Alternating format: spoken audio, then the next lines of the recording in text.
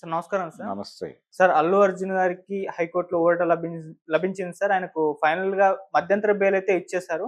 మరి ఆల్రెడీ ఆయన చెంచలగూడు జైలుకైతే తరలించారు గదా! మరి ఇప్పుడు బయటకొచ్చేసినట్టేనా? మరి మండే వరకు ఉంటారని కొంతమందని అంటున్నారు. లేదు ఇప్పుడు వచ్చేస్తారు బెయిల్ దొరికేసింది కాబట్టి అని కూడా అంటున్నారు. మరి ఏం జరిగే అవకాశం ఉంది? మీరేం చెప్తారు అంటే సార్? బెయిల్ దొరికేసిన తర్వాత బెయిల్ ఆర్డర్ తీసుకోవాలి. ఓకే. బెయిల్ ఆర్డర్ తీసుకున్న తర్వాత షూరిటీదారుల్ని ప్రొడ్యూస్ చేయాలి. హ్మ్. షూరిటీదారుల్ని ప్రొడ్యూస్ చేయవలెను అంటే కోర్టు విధించినటువంటి నిబంధనల మేరకు హ్మ్. ఆ అమౌంట్‌ని బ్యాంక్‌లో డిపాజిట్ చేసి బాండ్స్ తీసుకుని, ఆ బాండ్స్‌తో ఇద్దరు జామీందారులెళ్లి న్యాయమూర్తి గారి దగ్గర నిలబడితే వాళ్ళని అడుగుతాడాయన. మీరెవరికి జామీను పెడుతున్నారో తెలుసా? ఒకవేళ అతను గనక ఈ కేసులో అబ్స్కాండ్ అయితే మిమ్మల్ని అరెస్ట్ చేస్తాం తెలుసా? మీరు ఇష్టపూర్వకంగానే పెడుతున్నారా? ఇలా ప్రశ్నలు అడిగి, ఓకే. ఎలా తెలుసు మీకు అతను? ఇవన్నీ ఉంటాయి ప్రొసీజర్. ఈ ప్రొసీజర్ అంతా ముగిసి రిలీజ్ ఆర్డర్ రెడీ చేసిన తర్వాత ఆ రిలీజ్ ఆర్డర్ తపాలాలో జైలుకు చేరిన తర్వాత వారు విడుదల చేస్తారు. ఇది జరగాల్సినటువంటి తంతు.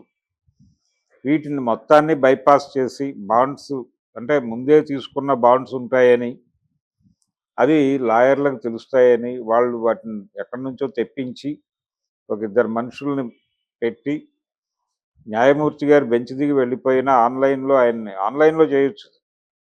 ఆన్లైన్లో ఆయన్ని కాంటాక్ట్లోకి తీసుకుని ఈ షూరిటీలు యాక్సెప్ట్ చేయించి ఆర్డర్ తీసుకెళ్ళి నైట్కి నైట్ రిలీజ్ చేంజ్ చేసుకుంటారు అని కూడా ఒక వాదన జరుగుతోంది. కానీ అది జరిగితే జరగచ్చేమో. జనరల్ ప్రొసీజర్ అయితే ఇప్పుడు బెయిల్ వచ్చిందని చెప్తున్నారు. ఇప్పుడు బెయిల్ వచ్చింది అంటే ఆర్డర్ ముందు పట్టుకొని వీళ్ళు ఇక్కడికి రావాలి. ఓకే. రిమాండ్ ఏ కోర్టు అయితే విధించిందో అక్కడికి వచ్చి ఆర్డర్ చూపించి ఈ న్యాయమూర్తి గారిని సంతృప్తిపరిచి ఆ జామీందారులను తీసుకొచ్చి ఆ బాండ్స్ బ్యాంకు నుంచి తీసుకుని వచ్చి అక్కడ హాజరుపరిచి వారి నుంచి రిలీజ్ ఆర్డర్ తీసుకుని వెళ్ళాలి. ఇదంతా ప్రొసీజర్ టైం పట్టేటువంటి వ్యవహారం ఉంది. ఒకవేళ ఈరోజు టైం అయిపోతే ఏ కారణం చేతైనా రేపు కుదరకపోవచ్చు. రేపు శనివారం కోర్టు ఉండకపోవచ్చు. కాబట్టి జడ్జి గారు ఎవరైతే జామీందారులు ఉన్నారో వాళ్ళని యాక్సెప్ట్ చేయడానికి మండే వరకు టైం తీసుకోవచ్చు. ఓకే. ఇంటికి తీసుకెళ్లి ప్రొడ్యూస్ చేసి కూడా యాక్సెప్టెన్స్ తీసుకోవచ్చు. ఒకవేళ వాళ్ళు పట్టుదలగా వెళ్ళి చేసుకుంటే చేసుకోగలరేమో. కానీ నార్మల్ కోర్సులో అయితే ఆయన మండే రిలీజ్ అవుతాడు. ఓకే. బెయిల్ వచ్చేసింది కాబట్టి మండే వచ్చేస్తాడు. కాబట్టి ఈ ప్రొసీజర్ అంతా కూడా ఆయన ఏదో మేరకు ఎక్కడో చోట కూర్చోవాల్సి ఉంటుంది. అది జైల్లో కూర్చుంటారా, లేకపోతే వెహికల్లోనే కూర్చోబెడతారా, లేదు తప్పదు ఇది మండే వరకు తప్పదు అనుకుంటే ఆయనకు ఆల్రెడీ ఒక స్పెషల్ రూమ్ ఏదో చెప్పాడు ఆయన. అంటే జైల్లో ఇతర నేరస్తులతో కలవకుండా అంటే ఆ ఏర్పాట్లు ఉంటాయి. అంటే జనరల్గా డిటెన్యూస్ని జైలుకి తీసుకెళ్ళినప్పుడు డిటెన్యూ అంటే ప్రివెన్షన్ డిటెన్షన్ అన్నప్పుడు ప్రివెంటివ్ డిటెన్షన్ అన్నప్పుడు వాళ్ళు నేరం చేస్తారని కాదు, నేరం చేసే అవకాశాలు ఉన్నాయని అరెస్ట్ చేస్తారు కొంతమంది. వాళ్ళని మిగిలిన ఖైదీలతో కలపరు, వాళ్ళకి విడిగా ఉంటాయి. అక్కడెక్కడో పెడతారు. ఈయన్ని పెట్టి ఈ 2 రోజులు ఆయన్ని కొంచెం జాగ్రత్తగా చూసుకుని స్పెషల్ కిచెన్, స్పెషల్ డైట్లు ఇవేవో ఉంటాయి ఏర్పాట్లు, అవన్నీ చేసుకుంటారు. చంద్రబాబు నాయుడు గారిని చూసాం మనం రాజమండ్రి జైల్లో. ఆయనకి జరిగిన ఇబ్బందుల గురించి ఆయన మాట్లాడుతున్నాడు. ఆయనకు ఏర్పాటు చేసినటువంటి కోర్టు అనుమతి ఇచ్చి ఆయనకు బయట నుంచి భోజనం పెట్టడానికి కోర్టు అనుమతించింది. అలాగే ఆయన్ని ఉంచినటువంటి సమతా బ్లాక్ కూడా కొంచెం క్వాలిఫైడ్గానే ఉంటుంది. సో అలాంటి ఏర్పాట్లే చేస్తారు ఈయనకు కూడా. చేసి 2 days ఆయన గడిపేసి జైల్లో మిగిలిన ఖైదీలు ఎవరిని చూడకుండానే బయటకు వచ్చేస్తాడు. నిజానికి ఆయన జైల్లో ఓపెన్గా తిప్పితే జనాల బాధలు ఆయనకు తెలుస్తాయి. జైల్లో ఎలాంటి పరిస్థితుల్లో జనాలు ఉన్నారు, వాళ్ళ కండిషన్స్ ఏంటి, వాళ్ళ రిలీజులు ఏంటి, కొంత అతనికి ఒక జ్ఞానం వస్తుంది. ఆ ఎక్స్పోజర్ ఖచ్చితంగా కొంత నేర్పిస్తుంది. అలాంటి సదవకాశాన్ని వినియోగించుకోగలుగుతాడా లేదా అల్లు అర్జున్ అనేది చూడాలి.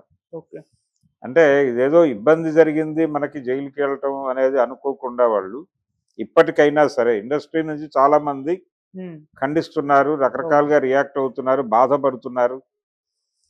చిరంజీవి గారు విశ్వంభర షూటింగ్ ఆపేసి అక్కడికి వెళ్ళే ప్రయత్నం చేశాడు. వాళ్ళు ఇంకొంచెం తొక్కిసలాట అవుతుంది, హడావిడి అవుతుంది అనడంతో ఆయన ఆగిపోయినట్టున్నాడు. అందరూ స్పందిస్తున్నారు. దిల్ రాజు గారు అక్కడికి వెళ్ళాడు వాళ్ళతో పాటు. ఇదంతా జరుగుతోంది కానీ ఇప్పటికైనా సరే సినిమా పెద్దలు భవిష్యత్తులో ఇలాంటివి జరగకుండా ప్రేక్షకులని మేము ప్రేక్షక దేవుళ్ళు అంటున్నప్పుడు ఆ దేవుళ్ళకి తగిన రక్షణ కల్పిస్తాం. దేవుళ్ళు ఇబ్బంది పడేలాంటి సందర్భం మేము క్రియేట్ చెయ్యం. మొన్న జరిగిన డిజైనింగ్లో లోపం జరిగింది. ఆ ప్లేస్కు ఉన్నటువంటి కెపాసిటీ అక్కడ ఏం చెయ్యాలి అనేది మేము నిర్ణయించుకోలేకపోయాం. ఆ నిర్ణయంలో డిజైనింగ్లో తప్పు దొర్లింది, అందుకు క్షమాపణ వేడుకుంటున్నాం అని ఒక మాట చెప్పి ఫర్దర్గా ఇది పునరావృతం కాదు, ఎప్పటికీ కూడా ఇది ఒక ల్యాండ్ మార్క్గా నిలిచిపోయే సంఘటన ఈరోజు జరిగింది. ప్రజల పట్ల పర్టికులర్గా ప్రేక్షక దేవుళ్ళ పట్ల ఎంత బాధ్యతగా వ్యవహరించాలో ఈ కోర్టు తీర్పు మాకు నేర్పించింది అని గనక ఒక బహిరంగ లేఖ రిలీజ్ చేయగలిగితే చట్టం పట్ల ఇండస్ట్రీకి ఒక గౌరవం ఉంది అని సామాన్య ప్రేక్షకుడు అనుకుంటాడు. అల్లు అర్జున్ గొప్పవాడు కాదు, అల్లు అర్జున్ చూస్తున్న ప్రేక్షకుడు కూడా గొప్పవాడే. ప్రేక్షకుడు అల్లు అర్జున్ చూస్తే కదా అతను హీరో అయ్యింది. ప్రేక్షకులే లేక ఫ్యాన్స్ ఉండటం, ఫ్యాన్స్ కోసం హీరో అయ్యారని చెప్పాడు ఆయన. అంటే ప్రేక్షకుల కోసం హీరో అయ్యారని చెప్పాడు. ఆ ప్రేక్షకులు చచ్చిపోయినప్పుడు నీ స్పందన నామమాత్రంగా ఉంటే ఎలాగా? అది లేదు. ఆయన కన్ఫెసివ్ టోన్లో మాట్లాడలేదు. ఆయన 2 చోట్ల ప్రస్తావించాడు. ఒక వీడియోలో మాట్లాడాడు, సక్సెస్ మీట్లో మాట్లాడాడు ఇదే టాపిక్. కానీ అదేదో అనుకోకుండా సంభవించిన ఘటనగా మాట్లాడాడు తప్ప అందులో తమ టీం బాధ్యత ఎంత ఉంది, ఎవరు ఫ్యాన్స్కి మెసేజ్లు పెట్టిన టీము, పిఆర్ టీము, ఇతరులు వీళ్ళందరూ బాధ్యత తీసుకోవాలి. దానిలో ఖచ్చితంగా క్షమాపణ చెప్పాలి ప్రజలకి, ప్రేక్షకులకి. అది లేకుండా మీరు ఏదేదో గాలిలో మాట్లాడి 25 లక్షలు ఇస్తామంటే అలాగా? ఇప్పుడు ఆ భర్త స్పందించింది కూడా ఇది జరిగితే ఒకవేళ ఈ అరెస్టు దీని గొడవల నేపథ్యంలో ఆ 25 లక్షలు వెనక్కి వెళ్ళిపోతుందేమో అనే భయంతో కూడా అతను మాట్లాడి ఉండొచ్చు. ఆ ప్రకటన రప్పించి ఉండొచ్చు వీళ్ళు. ఇవన్నీ కోర్టులో చెప్పుంటారు బెయిల్ ఆర్గ్యుమెంట్లో. ఎవరైతే కంప్లైంట్ ఇచ్చాడో ఆ కంప్లైంట్ ప్రస్తుతం విత్డ్రా అయ్యే పరిస్థితుల్లో ఉన్నాడండి అని ఎస్టాబ్లిష్ చేసుంటారు. దాని మీద ఆయన ఏదో కన్సిడర్ చేశాడు, బెయిల్ వచ్చింది, ఆనందమే. ఈరోజు రిలీజ్ అవుతాడా, సోమవారం రిలీజ్ అవుతాడా అనే ఆ విషయంలో కొంచెం కన్ఫ్యూజన్ ఉంది. చూద్దాం.